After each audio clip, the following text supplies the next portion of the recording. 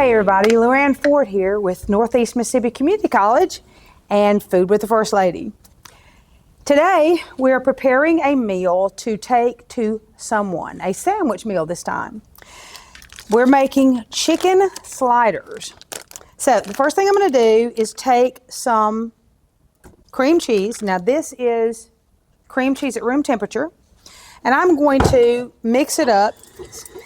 It's already soft, but we're going to mix it up a little bit to make it creamy. To that, I'm going to add 3 tablespoons of ranch dressing mix. Now this is the dry mix.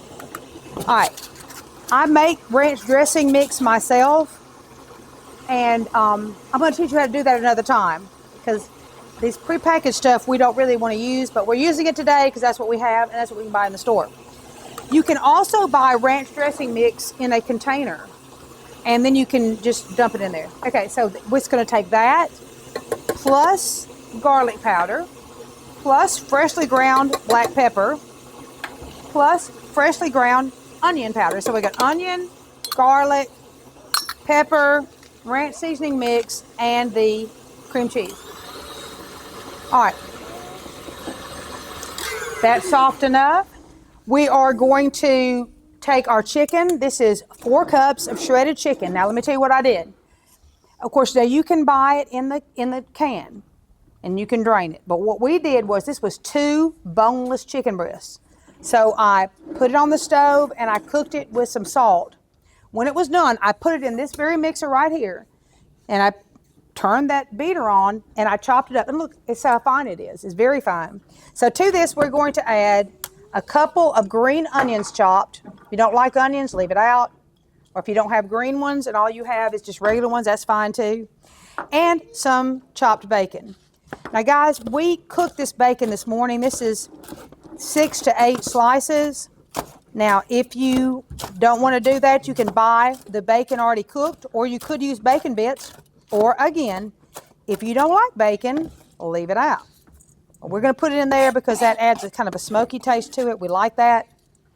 And we're going to mix that together. I'm using my hands, of course. Sorry, guys.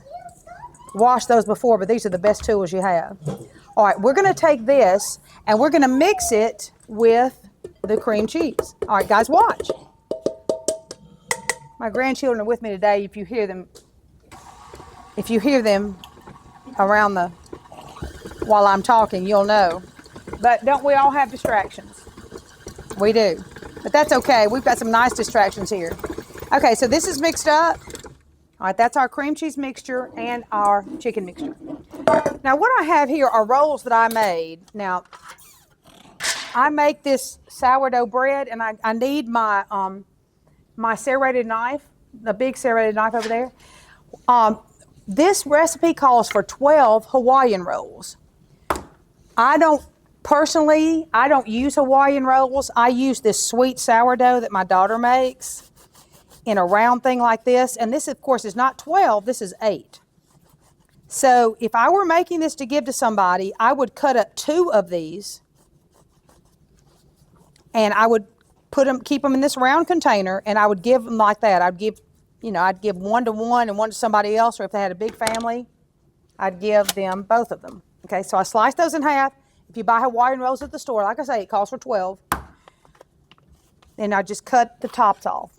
Okay, we're going to take, this is 3 cups of mild cheddar cheese. You could use cheddar jack. This is 2/3 of the mixture. That's 2 cups. All right, then we're going to take our cream cheese mixture. Like I said, this is enough for 12 Hawaiian rolls.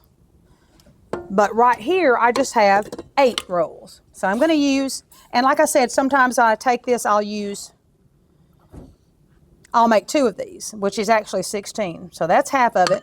Of course, if you like a lot of meat, put a lot on there. If you don't like that much, don't put that much on there. All right, we're going to spread this out. I don't know if I can do it with a spoon. It's going to be hard. I'm just going to use my hands like I did earlier. Spread it out over the whole thing. That's going to take a little bit of work because the cream cheese is thick. Now, of course, we're going to bake this. We're going to let them bake this later. I like to take this to people unbaked, and let me tell you why.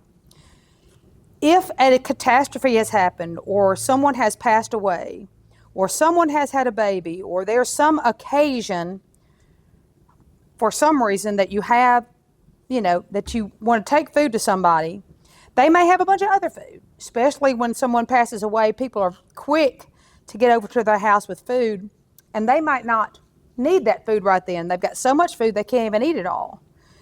So what I do and what I suggest you do is to fix your food and take it uncooked. So we're going to do that today.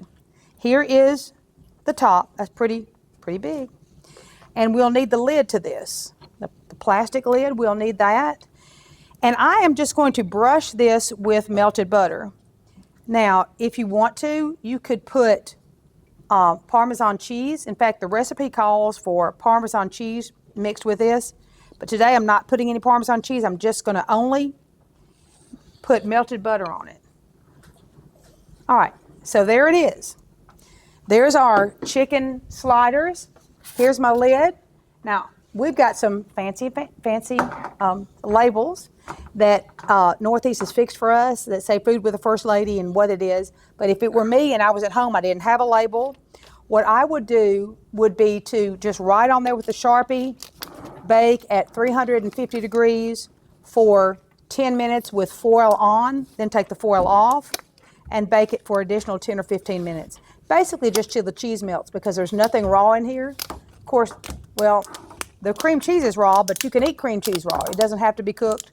And that's going to melt on there along with everything else. And it's a great thing to take to people.